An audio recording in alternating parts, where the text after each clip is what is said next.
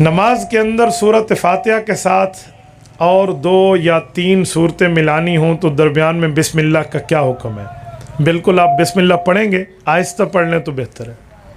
مثلا آپ نے غیر المغضوب علیہم ولا الضالین کے بعد آہستہ بسم اللہ پڑھی اور پھر سورۃ الم تر پھر آہستہ بسم اللہ، پھر الإعلاف، پھر آہستہ بسم اللہ، پھر ارأیت الذی، تو بسم اللہ تو ہم پڑھتے ہیں لیکن آہستہ ہی ہے۔ بسم اللہ امام پڑھتا ہے بابا، شروع میں بھی پڑھتا ہے فاتحہ کے اور بعد والی صورت میں پڑھتا ہے۔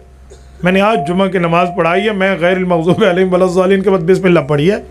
اونچی اور آہستہ کا فرق ہے، لیکن آپ کو بسم اللہ پڑھنی چاہیے اگر آپ صورت شروع کر رہے ہیں تو۔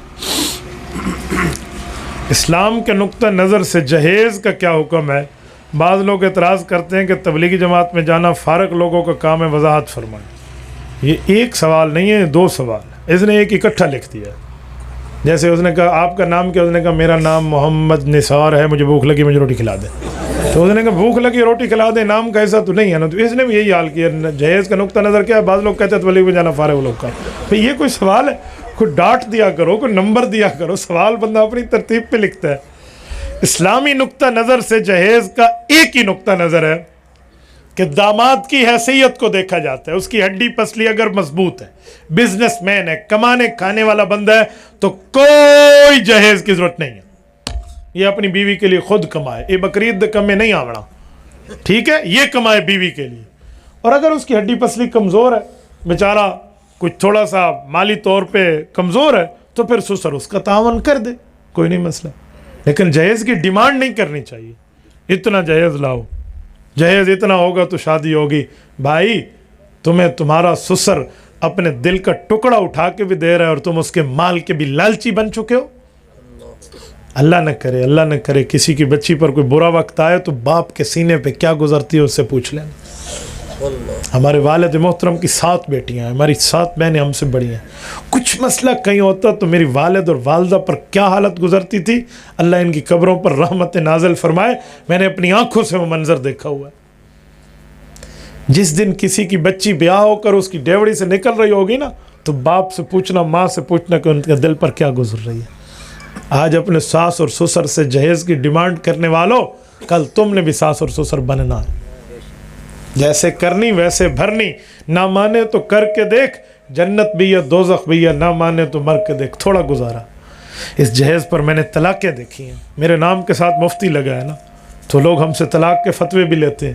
میں نے ایسے ایسے فتووں پر دستخط کیے ہیں جو صرف جہیز وجہ تھا اور کچھ بھی نہیں تھی، اور طلاق دے تھی۔ ایک ظالم نے کیوں طلاق دی ہے کہ یہ جہیز 2 نمبر لکڑی کا بنوا کے لائی ہے۔ یہ جو لکڑی ہے نا، یہ 2 نمبر ہے، یہ دیار نہیں ہے، یہ کوئی چائنا پڑتل کی ہے، چل بھی لے جا۔ یہ وجہ طلاق ہوتی ہے، یہ ریزن آف دا ڈیورس ہے، اسے طلاق کی وجہ کہتے ہیں۔ مال کی لالچ کی خاطر تم پھر لالچی ہو، تم پھر بزنس مین ہو، تم پارٹنرشپ بنانا چاہ رہے تھے، تمہاری شادی کا مسئلہ نہیں تھا، تم نے کاروبار کے مسئلے دیکھے۔ پھر اس سے اچھا تھا تو کوئی کھوکھا لگا لیتا، کہیں ریڑھی لگا لیتا، بہترین قسم کے آلو پیاز بیچ دیتا۔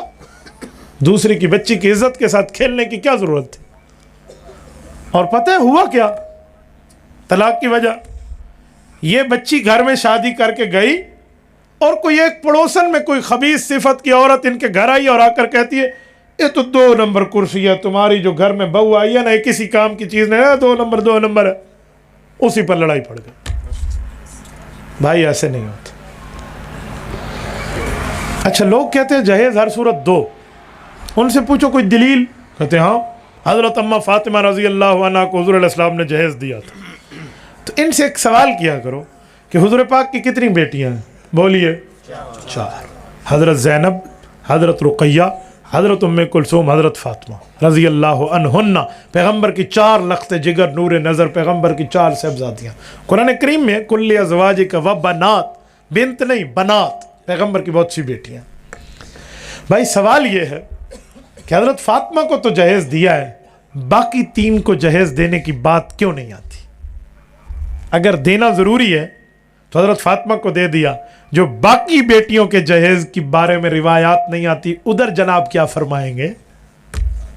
بھئی اصل مسئلہ یہ ہے کہ داماد کی حیثیت دیکھیں۔ رسول اللہ کے پہلے 2 داماد ہیں، حضرت لقیط ابن ربی، جن کو ابو العاص ابن ربی کہتے ہیں، الاموی، دوسرے ہیں حضرت عثمان ابن عفان الاموی، دونوں بنو امیہ کے چشم و چراغ ہیں.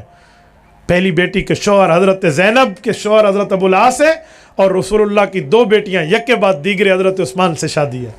یہ دونوں بزنس مین آدمی ہیں، کھاتے پیتے ہیں، کوئی جہیز کی بات نہیں ہے.